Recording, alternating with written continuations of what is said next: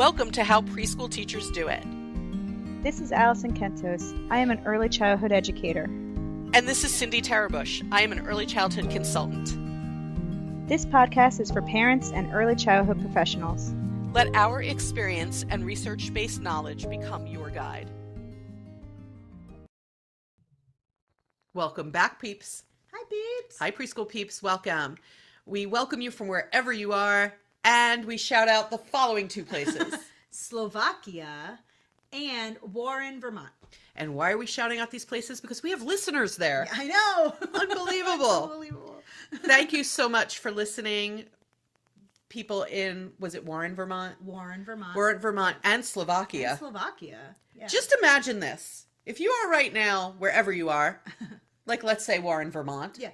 and you're listening to us at the same time somewhere, or maybe not because of time differences, but let's imagine it.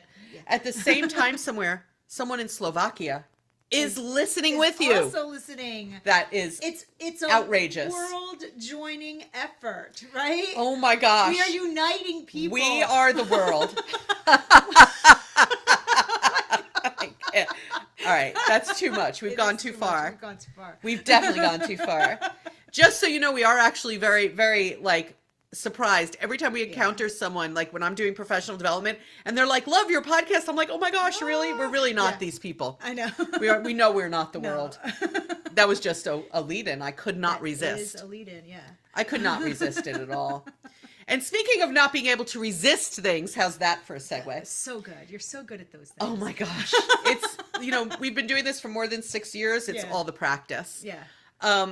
Speaking of not being able to resist things, you've probably worked with children or raised children who simply can't resist painting themselves. Yes. They take the paint, they paint their own bodies, they have a perfectly good piece of paper on the table or an easel, but instead, the paint is all over them. Yes. Right? On their faces, on their hands, and even you walk over and there they are, very intentionally dipping the brush in the paint and painting their own arm. Right? Yep. Yeah. And you're thinking, I gave you paper. Like, what are you doing? Also, that's never coming out. No, it usually comes out. It comes out. Except maybe some of the puff paints, they stain for weeks. Just a little forewarning. So you may be wondering, why do they do that? And if you're wondering that, then you probably found this episode. And it's much deeper than they just want to take a brush and make it so that you have to bathe them in your restroom. That's not why they're doing it. Yeah. And so we wanted to explain to you why children do this, because I think it's going to give you some insights about children's play and what they're doing, right? Yeah. So first of all, it doesn't make sense to us that they're doing this, because most adults, when we are painting, like imagine yourself painting a room or something, we're like, okay, I need the clothing I'm never going to wear again.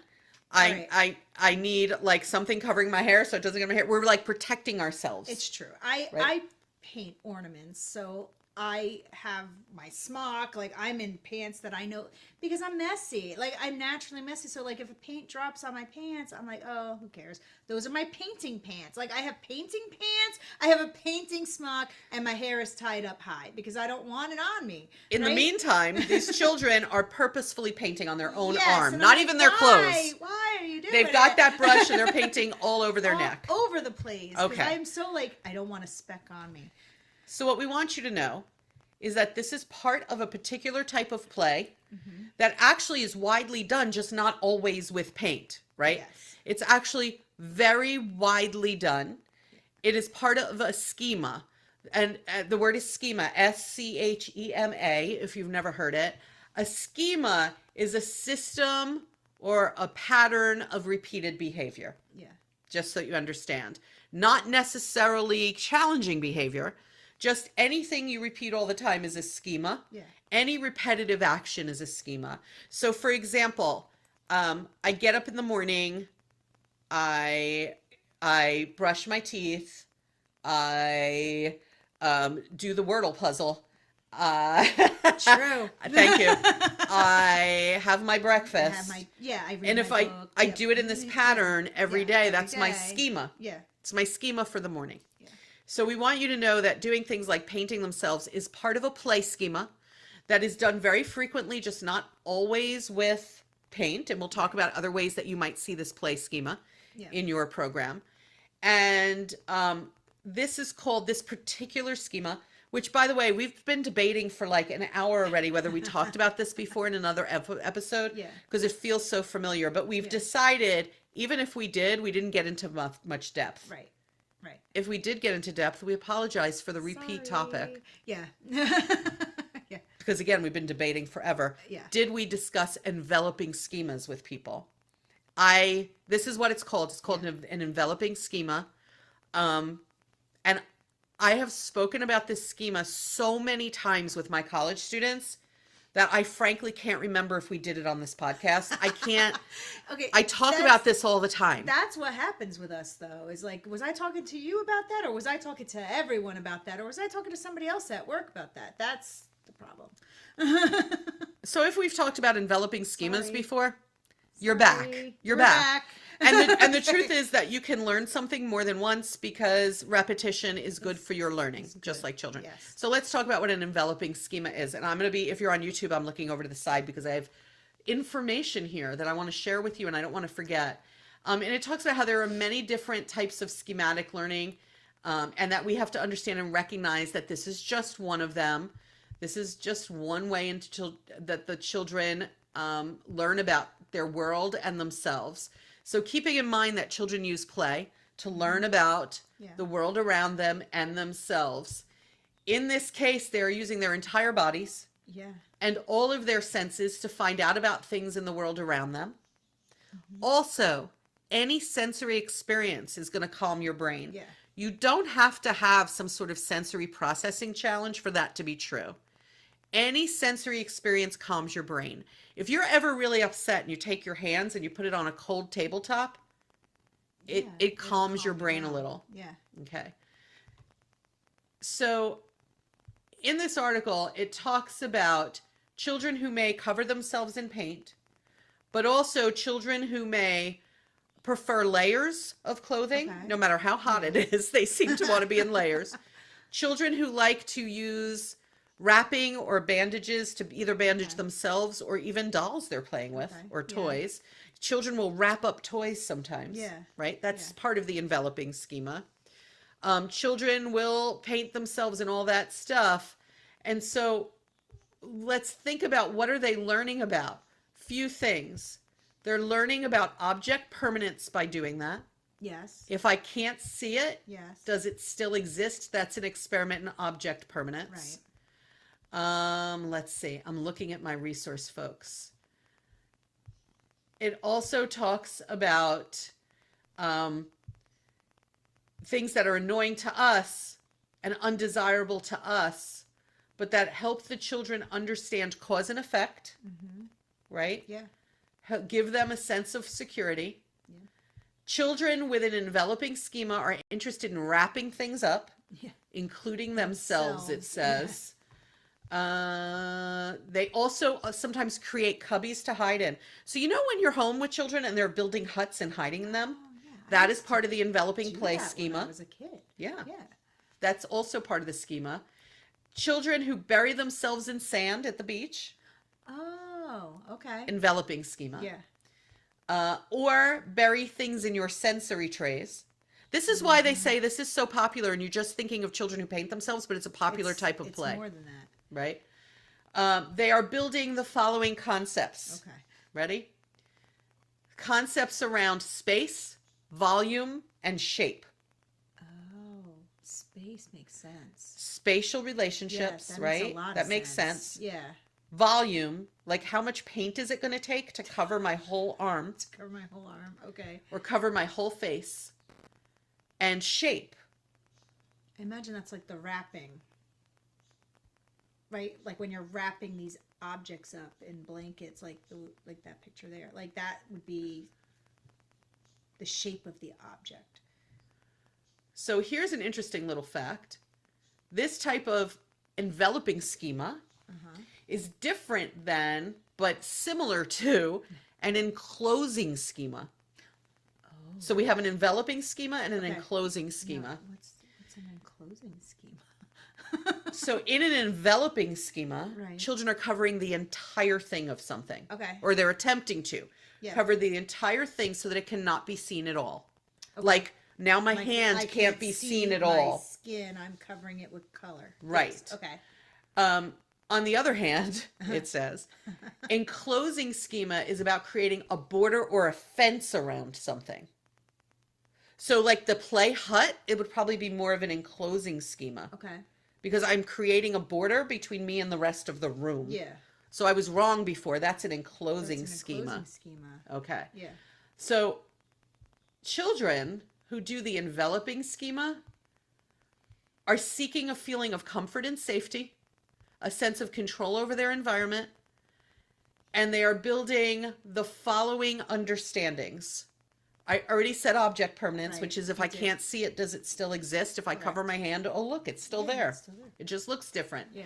Fine and gross motor skills, cause and effect, spatial awareness, Ooh, visual tracking skills. visual tracking. Nice. I know. Yeah. Scientific observation, observations, yeah. creative thinking, prediction, problem solving. I mean, think about all this. It's a lot. It's a lot. It's a lot of knowledge Yeah. building that takes place Yeah. while they are busy painting their own faces. I know. But I think we need to think of it that way, because I think, like, if you're in the classroom and you see a child painting their whole face, or you're at home and you let your child paint, and then you walk out of the room for a second to answer the phone, and suddenly you come back and it's all over, instead of it thinking of it as like, oh, they're doing this just to kind of get to me, they're doing it because they're learning so much from doing that. And I think if you spin it that way, you'll be like, okay, we'll just take a bath, instead of getting mad that they're covered in paint. Maybe what we need to do is think about what are alternative ways they can experiment with this enveloping and enclosing schema idea, right? Yeah. How can they do this? Yeah. So if the enveloping schema is about completely covering something, Yeah. then we can give them other things that they can completely paint over, Okay. Yeah. completely cover, Yeah. and it will maybe satisfy some of that curiosity, Yeah. right? Yeah. When I was years ago, when I was younger, I remember creating these, I painted Yeah. ceramics. I like to go paint ceramics. I find it very That's relaxing. relaxing. Yeah. So I painted, there was like this little cat, and I painted it and brought it home. I wonder if we have things like that we no longer need or want, that are safe for the children. If we brought them in and said, here, will you repaint this? Yeah. Instead of painting themselves, yourself, but not repaint saying to them, this. instead of painting yourself, would you repaint? Would you Would you repaint this for me? Yeah. Right? Yeah. Something like that. So they're actually even using the same material. Right. It's like also blocks are a great way for them to practice using that and enveloping things. Yeah. Right. So you can have all different kinds of blocks that they can cover with fabric, completely cover. That idea. That's a good idea. Yeah. Yeah. Also, you can have boxes over there so they can envelop things. Yeah. I mean, not envelop, enclose things. I'm sorry, I'm getting them confused Yeah. again. So that they can enclose the blocks Yeah. and other things. Yeah. You can have a maker space area, like an art area, where they use things to both cover things up and enclose them. Yeah. So it's not only blocks, it's also art things. You can explore three-dimensional shapes. How do we cover these completely? Yeah. How do we enclose these? Yeah. Because I think that it would give them an opportunity to express this curiosity that they're expressing, Yeah. perhaps in a way where you don't have to bathe them in your restroom sink. Yes. Gift wrapping. Oh, I love that idea. In your dramatic Yeah. play area, Yeah. get some, I don't know, do they have that? They have that in the dollar store, right? I'm thinking. Yeah. Get some inexpensive gift wrap Yeah. and let them wrap things in your Yeah. dramatic play area. Wouldn't it be nice if they were playing store to have a gift wrap area? That would be cool. Wouldn't it? That would be really cool. I Yeah. like that can extend so far. Like you encourage the children to wrap things up and give it to each Yeah. other. Yeah. I like How this fun idea. is that? I know I like it I too. like it. That was a spur of the moment Yeah. idea, guys. Very spur of the moment. Also, if you bring in socks, Okay. that can cover things up and enclose things. Oh, all right. Cool. So socks. In your dramatic play area, you can create a doctor's office where they're using bandages. Yeah. I did that once. More like that, what that picture is, because we have Coco, this hibernating bear. So I set up like a little doctor area of like, oh, make sure he's healthy when he wakes up from hibernation. And they'll like wrap him like a mummy. They're like, oh, well, he's so cold because he just woke up. You know, that's what they usually say. Or they'll be like, he's got a broken leg. You know, and they just wrap. They ask me for paper towels to wrap him up in. So cute. Yeah, yeah. I also want to think about the sand and water that children are supposed to have every single day. Yeah. One of the reasons they need to have that sand every day, folks, is so that they can experiment with this enveloping schema. They can take something and completely bury it. Yeah, yeah. Remember before I said when they bury themselves in the sand at the beach, or they bury their limbs? Yeah. That is them enacting the enveloping schema. Yeah. So if we give them some sand with things that they can completely bury in there, that also helps them build all these skills that they're desperately trying to build by doing this to their own bodies. Yeah. Will they still do it to their own bodies? You know, probably. Yeah. But please just know that it's a typical part of children's play. It doesn't mean they have a sensory processing issue. Right. It doesn't mean they're trying to just defy you. Right. It doesn't mean that they are, you know, they haven't figured out how to use the paint or they don't know how to use paper. Yeah. It's just they are right now exploring an enveloping schema. Yeah. What happens if I completely cover something, including myself? Does my hand still exist if I completely paint on my hand? Yeah. Such a cool thing to think about, that they're experimenting with things that you and I take for granted. Yeah. Right? Yeah. Also, so that you know, things like Play-Doh are great for enveloping things. I'm sure we could think of so much more that we could take and encourage children to go ahead and cover it completely. Yeah. But I really do like the idea of repainting things that can be repainted. Yeah.